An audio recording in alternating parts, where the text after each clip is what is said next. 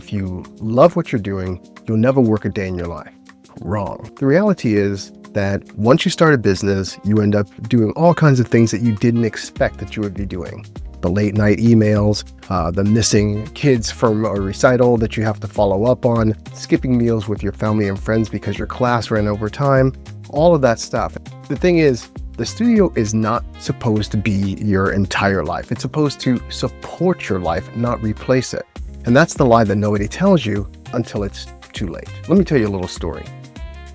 I started my dance studio ownership career when I was teaching at a dance studio in Pineapple in London.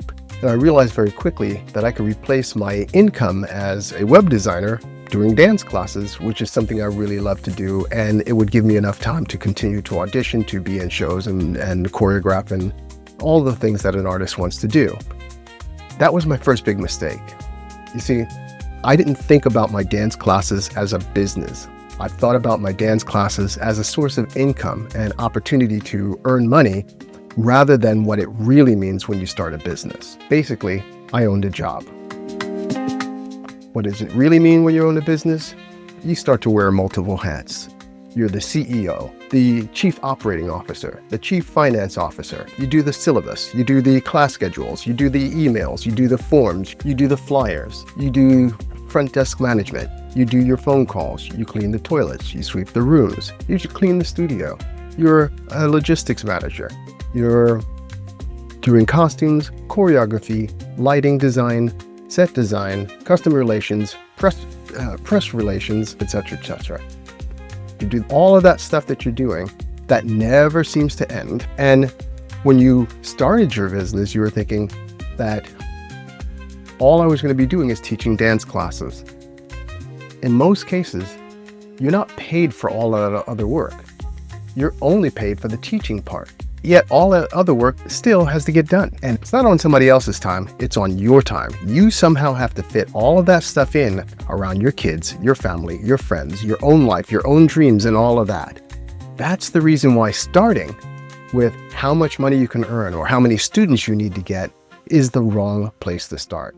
The studio starts to become everything, and everything else in your life gets the leftovers. Your family, leftovers. Your fitness, leftovers. Your faith, your spirituality, whatever it is that you believe in that holds the world together for you, leftovers. Your freedom, leftovers. Your funds, well, okay, maybe if you can get all of those other things working right, you'll have some money left over. But oftentimes, it's also leftovers. The studio gets that too.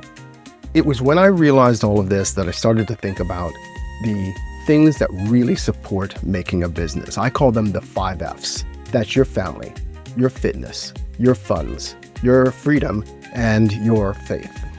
I'm not talking about necessarily religious faith. I mean, maybe it's just your point of view, your philosophy on life, the things that you think that make life important for you. These are the things that matter most. And notice that funds, money, that's only one portion, and the business is there to bring you money so that all the other parts of your life get fulfilled. So you have to start rethinking what your studio means to you. It's not the means to an end. It's simply a vehicle to get you to where you're going.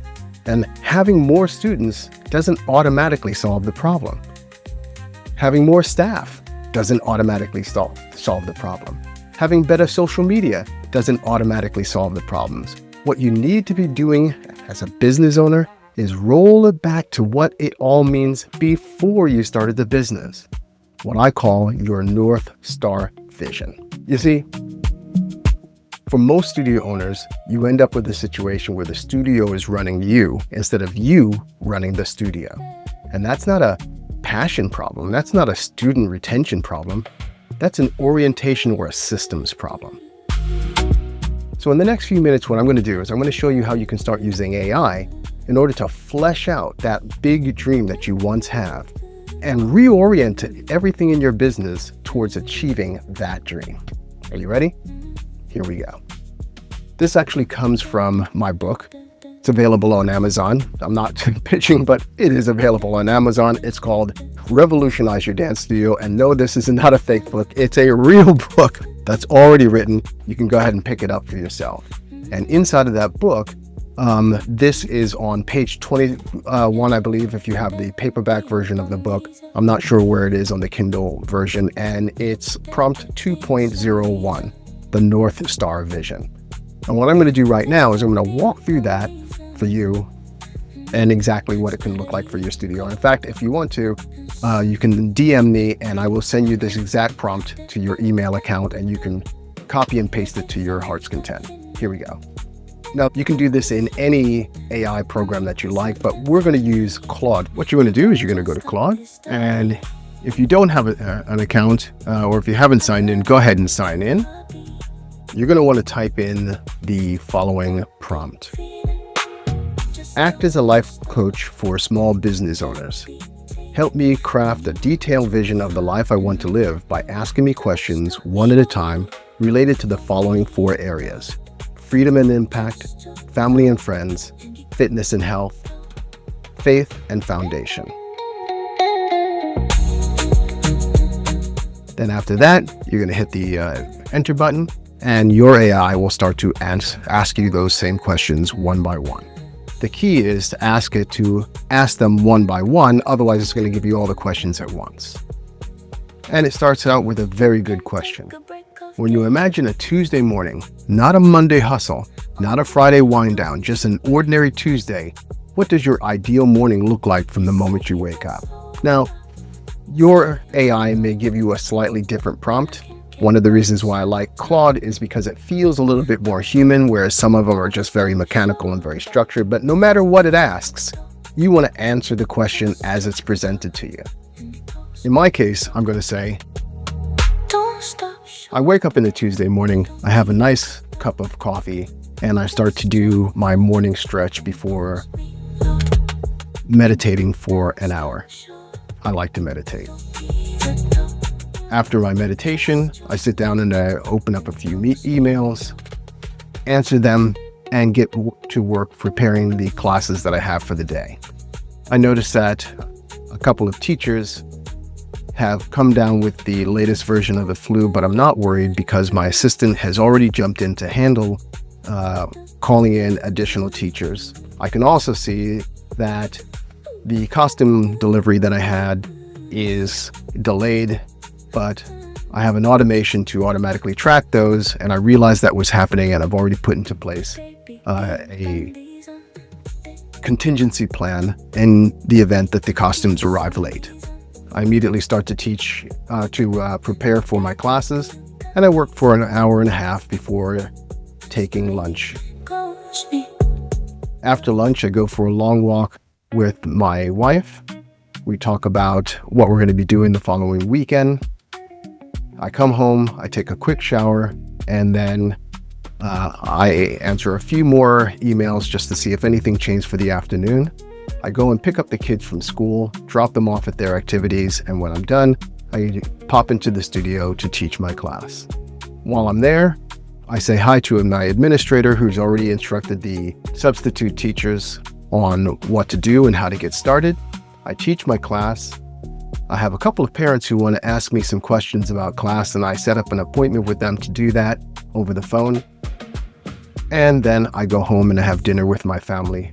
Afterwards, we sit down and we watch television together. We have a little bit of dessert and a short, quiet walk around the neighborhood, and then it's time for bed. A perfectly lovely day. You want to be as detailed as possible when you create this vision, because the AI is going to use that detailed information to really understand the type of person you are and the type of life that you want to lead. Now, notice when I said this, I included details like having an assistant, like already having a system in place to deal with handling substitute teachers or late orders, or having a front desk person who's already informed, or setting appointments with parents to answer questions rather than answering them on the spot after class. These are all very important things that it's worth taking a little bit of time to think through. Bear in mind, if you don't think those things through, that they are going to be the things that come up later on, but because you're talking to an AI, the beauty is you can always come back and address those things later. One important thing, again, about Claude, it says, that's a beautiful day, and what strikes me most is what's missing from it. panic, firefighting, being indispensable to every problem. Your systems handled the flu coverage, the automation caught the cost and delay, and you taught because you wanted to, not because you had to. That's not a fantasy. That's a well-built business. Think about that.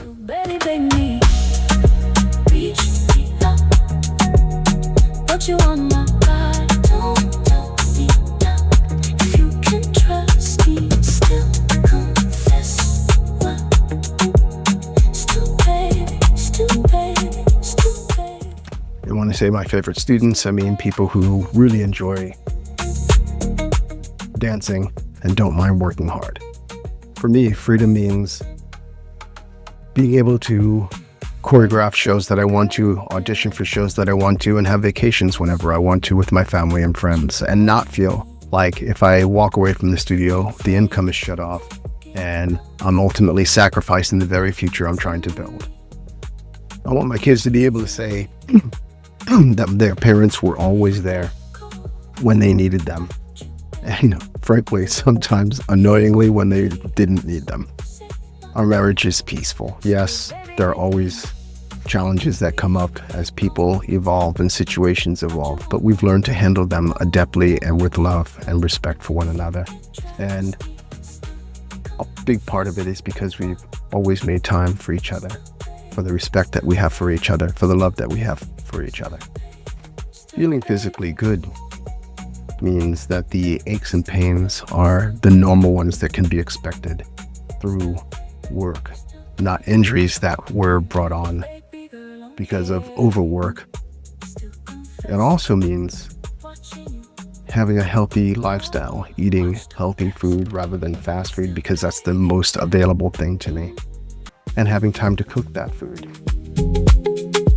Health means I have the insurance or the coverage that I need in case of a medical emergency, but more than anything, that I've lived a healthy enough lifestyle that those medical emergencies are less likely to occur. I do believe that there is a higher being that I call God, and I also believe that that God is a generous God, a loving God, and a supportive God.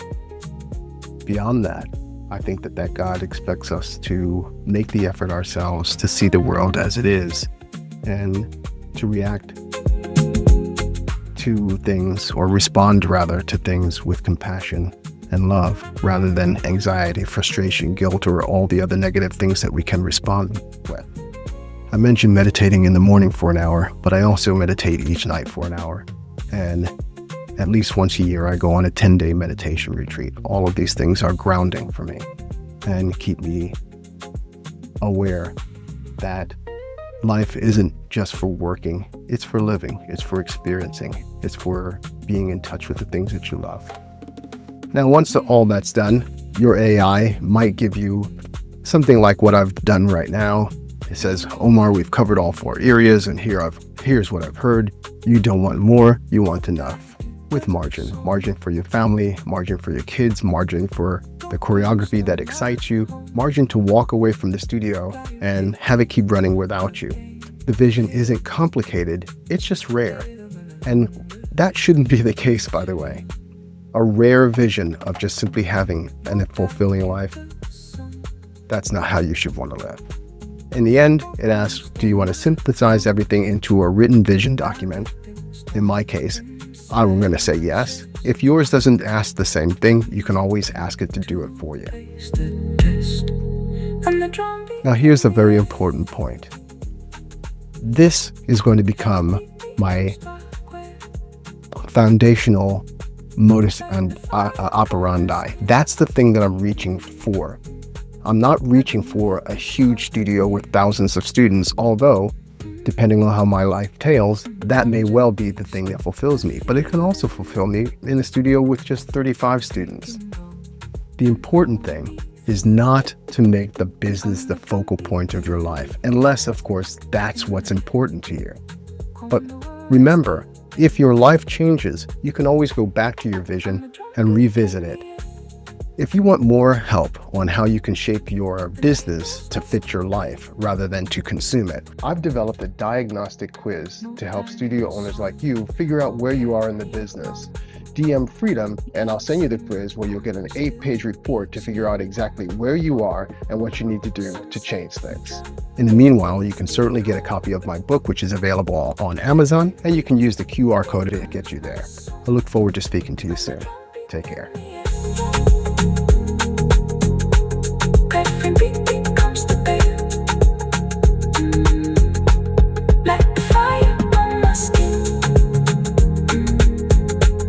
I don't need a star in me.